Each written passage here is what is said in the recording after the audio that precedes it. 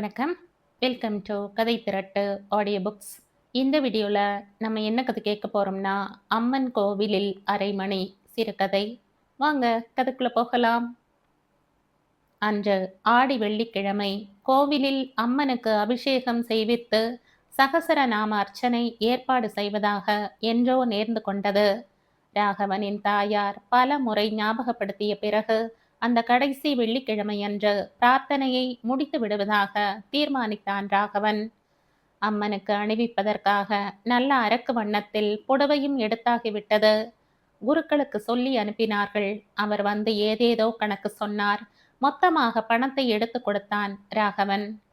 10:30 ராகுகாலம், 9 மணிக்கெல்லாம் வந்துவிடுங்கள் என்று குருக்கள் ஒரு முறைக்கு இருமுறையாக சொல்லிவிட்டு போனார். போன வருஷம் வரை ராகவனின் தாயே இப்படிப்பட்ட தெய்வ காரியங்களை முன்னின்று நடத்துவாள். அவளால் இப்போது இருந்த இடத்தை விட்டு நகர முடியவில்லை. வீட்டில் இருந்தே மதுரை மீனாட்சியையும் காஞ்சி காமாட்சியையும் காசி விசாலாட்சியையும் கூப்பிடுவதோடு சரி. அவர்கள் வீட்டில் எல்லோரும் காலை 8:30 மணிக்கு சாப்பிட்ட பழக்கம். அன்றும் வழக்கம் போல் 8:15 மணிக்கெல்லாம் பசி எடுக்க தொடங்கியது. குழந்தைகள் சாப்பிட்ட பிறகு கோவிலுக்கு வரட்டுமே என்று தயங்கியபடி சொன்னாள் கீதா. குழந்தைகளுக்கு போடும் சாக்கில் தானும் சாப்பாட்டை முடித்து கொள்ளலாம் என்ற எண்ணம். நன்றாக இருக்கிறது போ, சாப்பிட்ட பிறகு கோவிலுக்கு போகிறதாவது, வேண்டுமானால் எல்லோருக்கும் இன்னொரு வாய் காஃபி கொடு என்று சொன்னாள் மாமியார். அவளுக்கு என்ன, சொல்லிவிட்டாள். அந்த சிரமம் கீதாவுக்குத்தானே தெரியும். பாலுக்கு மட்டும் மாதம் 200 ரூபாய் ஆகிறது என்று ராகவன் கத்த கத்த பிடிவாதமாக வாங்கும் அந்த 3 லிட்டர் பாலை 2 வேளை காஃபி தயிர் போக என்ன செய்ய முடிகிறது? ஒப்புக்கு எதையோ கலந்து எல்லோருக்கும் கொடுத்தாள். ராகவா, உனக்கும் தான் சொல்றேன், வீட்டில் யாரையாவது ஒன்று மாற்றி ஒன்று படுத்தி கொண்டே இருக்கிறது. மனத்தை அலைய விடாமல் அம்மனிடம் நன்றாக வேண்டிக் கொண்டு வா என்றாள் தாய். ராகவன் தலையை ஆட்டினான். உன்னையும்தான் கீதா, ராகவனுக்கு சீக்கிரம் ப்ரமோஷன் ஆக வேண்டும். அப்படி நடந்தால் சந்தன காப்பு சார்த்துவதாக வேண்டிக்கொள். நம் அம்மன் கண் கண்ட தெய்வம் என்றாள். கீதாவும் என்று முனகினாள். தாவணி ஓரம் சரியாக அமைந்திருக்கிறதா என்று கண்ணாடியில் அழகு பார்த்து கொண்டிருந்த பேத்தி வித்யாவையும் தேங்காய் பழம் வைத்திருந்த கூடையை தூக்க மாட்டாமல் தூக்கி கொண்டு நின்ற பேரன் ராஜாவையும் பார்த்தபடி, நன்றாக வேண்டிக் கொண்டு வாருங்கள், கிளாஸிலே முதலாவதாக வரணும் என்று அதட்டலாக சொன்னாள். 2 பேரும் தலையை கூட ஆட்டவில்லை. வீட்டில் இருந்து கோவில் 2 பர்லாங் தூரம் இருக்கும். ஆகவே நடந்து போனார்கள். கோவில் வாசல் ஓரமாக தாங்கள் அணிந்திருந்த பாதரட்சைகளை கழற்றி போட்டுவிட்டு உள்ளே நுழையும் போது மணி சரியாக 9 அடித்தது. அந்த கோவிலில் குடிகொண்ட அம்பிகை ஏழை. அவளுக்கு விசிட்டர்கள் குறைவு. ஆகவே கோவில் வாசலில் வெற்றிலை பாக்கு கடை கூட இல்லை. குருக்கள் தயாராக காத்திருந்தார். ஆரம்பிக்கலாமா என்று ராகவனை கேட்க அவன் தலையசைத்தான். சாதாரணமாக அபிஷேக காலத்தில் திரை போட்டு விடுவார்கள். கோவிலில் ராகவனுடைய குடும்பத்தாரை தவிர அங்கே வேறு யாரும் இல்லை. திரையை இழுத்து குருக்கள் சரியாக மூடவில்லை. அது நடுவில் கயிறு போல் எதையும் மறைக்காமல் தொங்கியது. அம்மனின் ஆபரணங்களை ஒவ்வொன்றாக கழற்றினார் குருக்கள். இடையில் உடுத்தியிருந்த வஸ்திரத்தை அவர் உருவி எடுத்த போது ராகவனுக்கு என்னவோ செய்தது. தட்டில் இருந்து தைலத்தை எடுத்து அம்மனின் திருமேனியில் சாத்த தொடங்கியதும் அவன் உடல் எங்கும் புல்லரித்தது. எனக்கு இப்படி இருக்கிறதே, அந்த குருக்களுக்கு அப்படி நினைப்பது கூட தப்பு என்ற எண்ணம் எழுந்தது. ஆனால் பாழும் மனம் அடக்கினால் அடங்குகிறதா? கல்யாணமான புதிதில் கீதா கூட இப்படித்தானே கொழுக் முழுக்கென்று இருந்தாள். முதலில் ராகவன் அவளை பெண் பார்க்க போன போது, பாலாபிஷேகம் பார்த்து கொள்ளுங்கள் என்றார் குருக்கள்.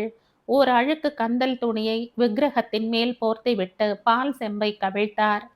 வெள்ளை வெளியர் என்று அந்த திரவம் அம்மன் விக்கிரகத்தின் மேல் ஓடிய போது அந்த விக்கிரகத்தின் அழகெல்லாம் பளீர் என்று தெரிந்தது. கீதாவின் உதடுகள் கூட இப்படித்தான் செதுக்கி வைத்தது போல் அப்போது இருந்தன. எப்படி இருந்தவள் எப்படி ஆகிவிட்டாள்? கல்யாணமான முதல் வருஷம் குழு தோட்டத்தில் இருந்து மொத்தமாக ஆபீஸில் ஆப்பிள் வரவழைத்திருந்தார்கள். ராகவன் 2 பழம் மாத்திரம் கொண்டு வந்தான். ஒன்று உனக்கு, இன்னொன்று அம்மாவுக்கு என்றான் அவன் கீதாவிடம். உங்களுக்கு என கேட்டாள் கீதா. அவன் சிரித்தான். எனக்கு வேண்டிய ஆப்பிள்கள் 2 தினமும் எனக்கு இங்கேயே கிடைக்கும் பொழுது நான் ஏன் குளுத்தோட்டத்து ஆப்பிள் பற்றி நினைக்கிறேன் என்றான் ராகவன் அவள் கன்னங்களை நிமிண்டியபடி. கீதா தலையை குனிந்து கொண்டாள். தன் சிந்தனையெல்லாம் கலைந்த ராகவன் கர்ப்ப கிரகத்தை மீண்டும் ஏறிட்டு பார்த்தான். சந்தன அபிஷேகம் நடந்து கொண்டிருந்தது. தங்க நிலத்தில் அழகு தேவதையாக மின்னினாள் பரதேவதை. கீதாவும் இயற்கையில் சந்தன நிறந்தான். ராகவன் நல்ல கருப்பு. ஒரு நாள் தனிமையில் கீதாவின் கையை தன் கையுடன் பக்கத்தில் வைத்து, பார்த்தாயா கீதா, உன் அப்பா ஏமாந்து போய் உன்னை இந்த கருப்பனுக்கு கொடுத்து விட்டார் என்றான். அவள் அவன் வாயை பொத்தினாள். நான் அப்படி நினைக்கவில்லை. நீங்கள்தான் ஏமாந்து போய் இந்த அசட்டை கல்யாணம் செய்து கொண்டீர்கள் என்றாள் அவள். உண்மையாகவா என்றான் ராகவன். நெஞ்சை கீறி காட்டட்டுமா என்று கேட்டாள் அவள். எங்கே பார்க்கலாம் என்று அவன் கைகள் அவளை நெருங்கவும் அவள் தன்னை விடுவித்து கொண்டு ஓடினாள். இந்த சம்பவம் நினைவுக்கு வந்ததும் தன்னையும் அறியாமல் சிரித்து விட்டான் ராகவன். அந்த ஒலி கேட்டு திரும்பிய கீதா என்னவென்று அவனை கண்களாலேயே வினவினாள்.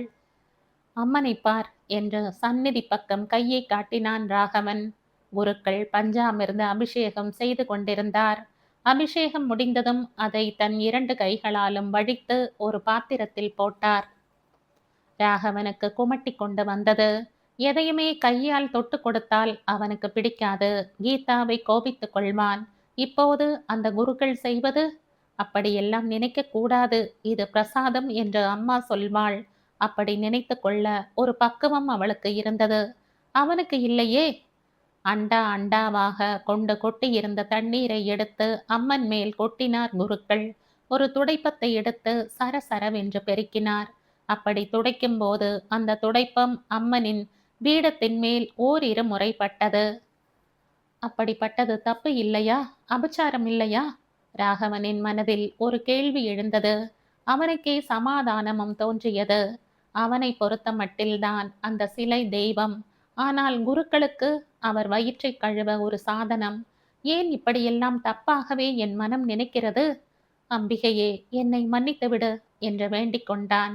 ஆமாம், நான் சொன்னதில் என்ன தப்பு? அவன் நெஞ்சு விதண்டாவாதம் செய்யத் தொடங்கியது. ராகவனின் பார்வை வாங்கியிருந்த அரக்கு வண்ண புடவை மேல் விழுந்தது. இந்த அம்மனுக்கு இந்த கலர் பொருந்தாது. கீதாவுக்கு நன்றாக எடுத்து காட்டும். கீதா மட்டும் என்ன நிறமாக இருக்கிறாளே தவிர எடுப்பாக புடவை கட்ட தெரிகிறதா? ஆனால் ஸ்டெனோ விமலா சாதாரண வாயில் புடவை உடுத்தி கொண்டு வந்தால் கூட எத்தனை அழகாக இருக்கிறது. நாளெல்லாம் பார்த்து கொண்டே இருக்கலாம் போல் தோன்றுகிறது. அபிஷேகம் முடிந்து விட்டது. கொஞ்சம் வெளியே போய் உட்காருங்கள், அலங்காரம் செய்துவிட்டு கூப்பிடுகிறேன் என்றார் குருக்கள். ராகவன் வெளியே வந்து உட்கார்ந்தான். குருக்கள் இப்போது அம்மனுக்கு அலங்காரம் செய்ய போகிறார். முதலில் அம்மனுக்கு புடவை கட்டி விடுவார். ஒரு பெண் பிள்ளையின் புடவையை தொடுவது கூட கேவலமாக கருதப்படுகிறது. இந்த மனிதர் தினமும் புடவையை அவிழ்த்து கொண்டும் கட்டி கொண்டும். ராகவன் தலையை ஆட்டி தன் மனதை வேறு பக்கம் திருப்ப முயற்சித்தான். இனிமேல் இந்த அமெரிக்கன் நாவல்கள் எல்லாம் படிக்கக்கூடாது. அசட்டுத்தனமான நினைக்க கூடாத விஷயங்கள் எல்லாம் எண்ணக்கூடாத நேரத்தில் தெய்வ சந்நிதானத்தில் மனதில் ஓடுகின்றன. அவனால் ஒரு கணம் கூட கட்டுப்பாடுடன் இருக்க முடியவில்லையே. இந்த கீதா மட்டும் எப்படி அமைதியாக இருக்கிறாள்? ராகவன் கீதாவை ஏறிட்டு பார்த்தான். தற்செயலாக அவனை பார்த்த கீதா தலையை தாழ்த்தி கொண்டாள். இன்றைக்கு இவர் என்ன ஷேவ் செய்து கொள்ளவில்லையா? மோவாய் கட்டை எல்லாம் முள் போல் வெள்ளை வெள்ளையாக தெரிகிறதே. வர வர சுத்த மோசம். முன்பெல்லாம் எத்தனை அழகாக பார்க்க லட்சணமாக வெளியே வருவார். வர வர எதிலும் சிரத்தை இல்லாமல் போய்விட்டது. இயந்திரம் போல் சாப்பிடுகிறார், போகிறார், என்னை கவனிப்பதே இல்லை. குருக்கள் சகசர நாமத்தை ஆரம்பித்தார். அலங்காரம் முடிந்து விட்டது. ஓம் ஸ்ரீ மாத்ரே நம. ஓம் ஸ்ரீ மகாராஜ்ஞை நம. கீதாவின் காதுகளில் பராசக்தியின் திருநாமம் விழவில்லை. அவள் கண்கள் ராகவனையே அளந்து கொண்டிருந்தன. கன்னங்கள் ஒட்டிப்போய் உடம்பு இளைத்து, முன்பு சரியாக உடம்போடு ஒட்டி கொண்டிருந்த சட்டை இப்படி தோய்ந்து கிடக்கிறதே. ராகவனின் பக்கத்தில் இருந்த ராஜா உடலை நெளித்து ஒரு நீண்ட கொட்டாவி விட்டான். அப்படியே அப்பாவின் அச்சு. நல்ல வேளை அத்தனை பருப்பு இல்லை.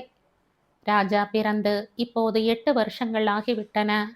அதற்கு பிறகு அவர்களுக்கு எத்தனையோ கட்டுப்பாடு, எவ்வளவோ நிபந்தனைகள். அவளால் கூட சில சமயம் மனதை ஒரு கட்டுக்குள் இருத்தி கொள்ள முடியவில்லை. ஆண்கள் சபல புத்தி உள்ளவர்கள் ஆயிற்றே. ராகவன் மட்டும் எப்படி இத்தனை கண்டிப்பாக இருக்கிறான்? ஆபீஸில் தமக்கு புதிதாக ஒரு ஸ்டெனோ வந்திருப்பதாக சொன்னாரே. சிவப்பாக பார்க்க நன்றாக இருப்பதாக கூட சொன்னாரே. இவரோ சில நாட்களாக வீட்டுக்கு ரொம்ப தாமதமாக வருகிறார். ஒரு கால் அப்படி இருக்குமோ? ச்சே, நிச்சயமாக இருக்காது. சம்பள பணத்தை அப்படியே அம்மாவிடம் கொடுத்துவிட்டு கை செலவிற்கு மட்டும்தானே பணம் வாங்கி போகிறார். கோவிலில் வந்து இப்படியெல்லாம் நினைப்பதா என்று தோன்றியது கீதாவுக்கு. ஒரு பக்கம் ஆரம்பத்தில் இருந்தே அவள் மனம் சரியில்லை. அந்த அம்மன் விக்கிரகம் மாதிரி பொற்சிலையாக அவள் 10-12 வருஷங்கள் முன்பு வரை இருந்தாள். கல்யாணம் செய்து கொண்டு குடும்ப பாரத்தில் அடிபட்டு இன்று மரப்பாச்சியைப் போல் அழகெல்லாம் போய் அவள் இப்போது பார்க்க அழகாக இல்லையா? அதனால் தான் ஒதுங்கி ஒதுங்கி போகிறாரோ? சம்பளம் மட்டும்தான் வீட்டில் கொடுக்கிறார். ஓவர் டைம், பயணப்படி இதெல்லாம் வருமே, அதில் என்னென்ன செலவோ? சமீபத்தில் அவளுக்கென்று ஒரு புடவை கூட வாங்கி தரவில்லையே. புடவை என்ன, வேறு எதுவுமே. ஐயையோ, போன மாதம் வாங்கிய புது செருப்பு 23 ரூபாய் 95 பைசா. கோவில் வாசலில் போட்டுவிட்டு வந்தது. நிச்சயம் அது அங்கு இருக்கப் போவதில்லை. குருக்கள் உள்ளே எக்ஸ்பிரஸ் வேகத்தில் அர்ச்சனை செய்து கொண்டிருந்தார். ஓம் விசாலாஷ்யை நம. செருப்பு மட்டும் கெட்டு போகாமல் இருந்தால் கோவில் உண்டியலில் ஒரு 10 காசு போடுவதாக வேண்டிக் கொண்டாள். திருப்பரங்குன்றம் கோவிலில் அதன் வாசலில் ஒரு ஜதை செருப்பு பார்த்து கொள்ள 10 காசுதானே கேட்கிறான். அப்படியானால் செருப்பு பார்த்து கொள்ளும் பண்டாரமும் பரதேவதையும். சீச்சி, தப்பு தப்பு, அபச்சாரம் அபச்சாரம். கீதா தன் உடலை சிலிர்த்து கொண்டாள். ச்ச, எவ்வளவு அல்பமாக போய்விட்டேன். கோவிலில் வந்து என்னவெல்லாம் வேண்டிக் கொள்கிறேன். ஏன் என் மனம் இப்படி அலைப்பாகிறது?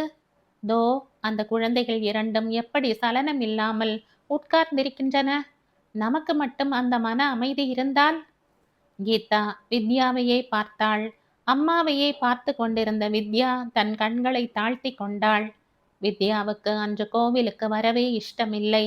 அவள் பள்ளிக்கூடத்தில் அந்த வெள்ளி சனி ஞாயிறு 3 நாட்களும் சுற்றுலா போகிறார்கள்.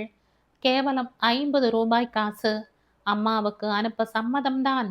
அப்பா முதலில் கத்துவார். வழக்கம் போல் தழைந்து போய் 50க்கு 60ஆக தருவார். ஆனால் இந்த பாட்டி சொன்னால் சொன்னதுதான்.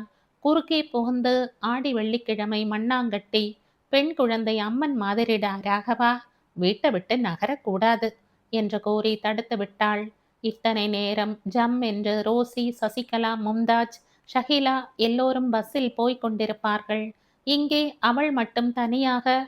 அழுகை அழுகையாக வந்தது அவளுக்கு. அரை மணி நேரம் கால் கடுக்க நின்றாகிவிட்டது. அந்த குருக்கள் தாம் எத்தனை தரம் ஓம் ஓம் என்று சொல்வார். வாயையே வலிக்காதா? குருக்கள் நிறுத்தி அட்சரம் அட்சரமாக சொல்ல ஆரம்பித்தார். தீபாராதனை தயார் செய்ய உத்தரவிடும் சங்கீத குறி அந்த ஸ்லோ டோன் உச்சரிப்பு. ஓம் ஆபால கோபால விதிதாயை நம. ஓம் சர்வானுல்லங்க சாசனாயை நம. உட்கார்ந்திருந்த ராஜா எழுந்து நின்றான். அவனை பார்த்த வித்யா பெருமூச்சு விட்டாள். அவன் அதிர்ஷ்டம் செய்தவன், ஆண் பிள்ளையாக பிறந்து விட்டான். அப்பா செல்லம் வேற. எங்கு வேண்டுமானாலும் ஓடி ஓடி போகிறான். அசைந்து அசைந்து ஆடி ஆடி வந்த தன் அக்காள் வித்யாவை பார்த்தான் ராஜா. கொடுத்து வைத்தவள். பாட்டிக்கு பிடித்த பேத்தி. நவராத்திரி, கார்த்திகை, திருவாதிரை, அது இது என்றெல்லாம் புதிது புதிதாக வாங்கி கொடுக்கிறார்கள். அவனுக்கு பள்ளிக்கூடத்துக்கு வேண்டுமாம். காக்கி டிராயர், வெள்ளை சட்டை, திருப்பி திருப்பி அதேதான். ராஜாவின் கண்கள் நிவேதன பொருள்கள் மீது லயித்தன. நல்ல பசி. அபிஷேகம் நடக்கும்போது கண்களை சுழற்றி கொண்டு வந்தது. அர்ச்சனை நடக்கும்போது தூங்கியே போய்விட்டான். தீபாராதனை முடிந்தது. கன்னத்தில் பட் பட் என்று போட்டு கொண்டான். பிரசாத தட்டை கையில் எடுத்து கொண்டு வந்தார் குருக்கள். ராகவன் கையில் வாங்கும் முன் பாய்ந்து ஒரு வாழைப்பழத்தை எடுத்து உரித்து வாயில் திணித்துக் கொண்டு ஒரு நீண்ட பெருமூச்சு விட்டு தன் பசியை தீர்த்து கொண்டான். எல்லோரும் வீடு திரும்பினார்கள். ராகவனுக்கு ஆபீஸுக்கு போக நேரமாகிவிட்டது. 12 மணிக்குள் போக வேண்டும். வெகு வேகமாக நடந்தான். சீதாவின் செருப்பு திருட்டு போகவில்லை. ஆனால் அம்மனுக்கு போட வேண்டிய 10 காசு மட்டும் மறந்துவிட்டது. வித்யாவுக்கு எதுவுமே பிடிக்கவில்லை. இந்த அர்ச்சனை மட்டும் இல்லாமல் இருந்தால், அன்று வெள்ளிக்கிழமையாக மட்டும் இல்லாமல் இருந்தால், இந்நேரம் ராஜா ஒரு வடையை வெண்டு வாயில் போட்டுக்கொண்டு நடந்தான். ராகவனின் அம்மா வாசலிலேயே காத்திருந்தாள். எல்லாம் நன்றாக நடந்ததா என்று கேட்டாள். ம் என்றான் ராகவன். நன்றாக வேண்டிக் கொண்டீர்களா? ம் என்றான் ராகவன். தலையை அசைத்தாள் கீதா. பாட்டி மேலிருந்த கோபத்தால் தன் தலையை கூட அசைக்காமல் உள்ளே போன வித்யா தன் கையில் இருந்ததை தொப்பென்று கீழே வைத்தாள். வாயில் இருந்த வடையை மெல்லவும் முடியாமல் துப்பவும் முடியாமல் தவித்தான் ராஜா.